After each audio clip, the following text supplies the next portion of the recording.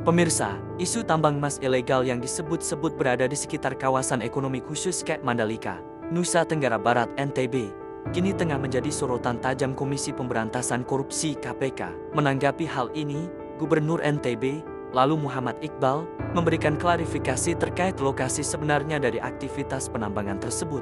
Menurut Iqbal, lokasi tambang yang dimaksud tidak berada persis di Mandalika, melainkan di wilayah selatan Sekotong, Kabupaten Lombok Barat. Kalau dibilang dekat dengan Mandalika, ya semua daerah di situ bisa dianggap dekat. Tapi lokasi yang dibahas ini sebenarnya cukup jauh dari Mandalika. Jelasnya saat ditemui pada Selasa, 28 Oktober tahun 2025. Meskipun meluruskan soal lokasi, Iqbal dengan tegas menyatakan bahwa dimanapun aktivitas tambang ilegal itu berada, hal tersebut tetap merupakan pelanggaran hukum berat. Aktivitas yang dilakukan tanpa izin resmi ini tidak hanya merugikan negara, tetapi juga menimbulkan dampak negatif yang signifikan bagi masyarakat sekitar dan kelestarian lingkungan hidup. Masalah ini harus diselesaikan secara bersama oleh pemerintah, baik dari tingkat kabupaten, provinsi, hingga pusat, ujarnya, menekankan perlunya sinergi antar lembaga untuk mengatasi persoalan yang kompleks ini. Lebih lanjut, Iqbal mengaku bahwa dirinya belum menerima laporan lengkap terkait hasil pemeriksaan atas aktivitas tambang ilegal di Sekotong yang kini tengah dikaji oleh KPK. Saya sedang meminta bahan-bahan untuk dipelajari lebih lanjut agar bisa tahu peran apa yang dapat dijalankan pemerintah daerah, ucapnya. Menanggapi adanya desakan dari sebagian masyarakat agar pemerintah provinsi segera memberlakukan moratorium terhadap tambang ilegal, Iqbal menilai langkah tersebut tidak relevan dan kurang tepat. Menurutnya, istilah moratorium tidak bisa diterapkan pada aktivitas yang sejak awal sudah melanggar hukum. Tidak bisa dimoratorium, karena tambang itu sudah ilegal. Kalau ilegal ya harus dihentikan, bukan dimoratorium. Moratorium itu artinya dihentikan sementara, tegas mantan juru bicara Kementerian Luar Negeri tersebut. Ketika ditanya mengenai jumlah pasti tambang ilegal yang beroperasi di wilayah NTB, Iqbal mengakui bahwa ia belum memiliki data yang presisi. Saya belum punya angka yang presisi, tapi yang jelas, aktivitas tambang ilegal tersebar di banyak wilayah, mulai dari Pulau Lombok sampai Sumbawa, ujarnya.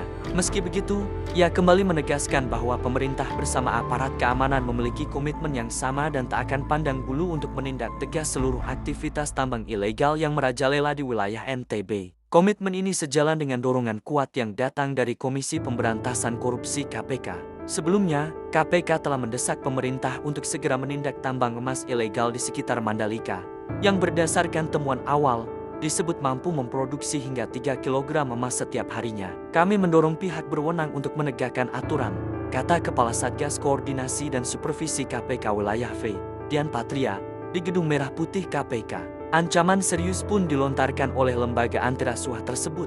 Dian menegaskan, jika pemerintah daerah dan aparat terkait tidak segera menjalankan penegakan hukum secara efektif, maka KPK tidak akan segan untuk turun tangan langsung. Kalau mereka tidak menindak, kami yang akan tindak. Bisa saja mereka justru bagian dari masalah. Itu sering terjadi, ungkapnya, mengisyaratkan adanya potensi keterlibatan oknum dalam melindungi praktik haram tersebut. Dugaan ini semakin diperkuat dengan informasi bahwa tambang emas ilegal di Sekotong, Lombok Barat, diduga dikelola oleh sejumlah tenaga kerja asing TK asal Tiongkok dengan omset yang diperkirakan mencapai angka fantastis, yaitu sekitar 1,08 triliun rupiah per tahun. Dian menjelaskan, KPK mulai menelusuri kasus ini secara mendalam sejak Agustus tahun 2025, setelah menerima laporan dari masyarakat mengenai adanya aktivitas tambang emas ilegal yang lokasinya hanya berjarak sekitar 1 jam perjalanan dari Mandalika. Berbekal informasi tersebut, lembaga anti rasuah itu kemudian melakukan peninjauan langsung ke lokasi bersama penyidik Pegawai Negeri Sipil (PPNS) dari Direktorat Jenderal Penegakan Hukum Kementerian Kehutanan.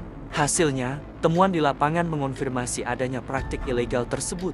Selain di Sekotong, KPK juga memperoleh informasi mengenai adanya tambang ilegal lain dengan skala yang diduga jauh lebih besar di wilayah Lantung, Kabupaten Sumbawa, NTB, yang kini juga menjadi target penelusuran KPK. Kasus ini menjadi bukti nyata bahwa ancaman kerusakan lingkungan dan kerugian negara akibat penambangan ilegal masih menjadi pekerjaan rumah besar yang harus segera dituntaskan.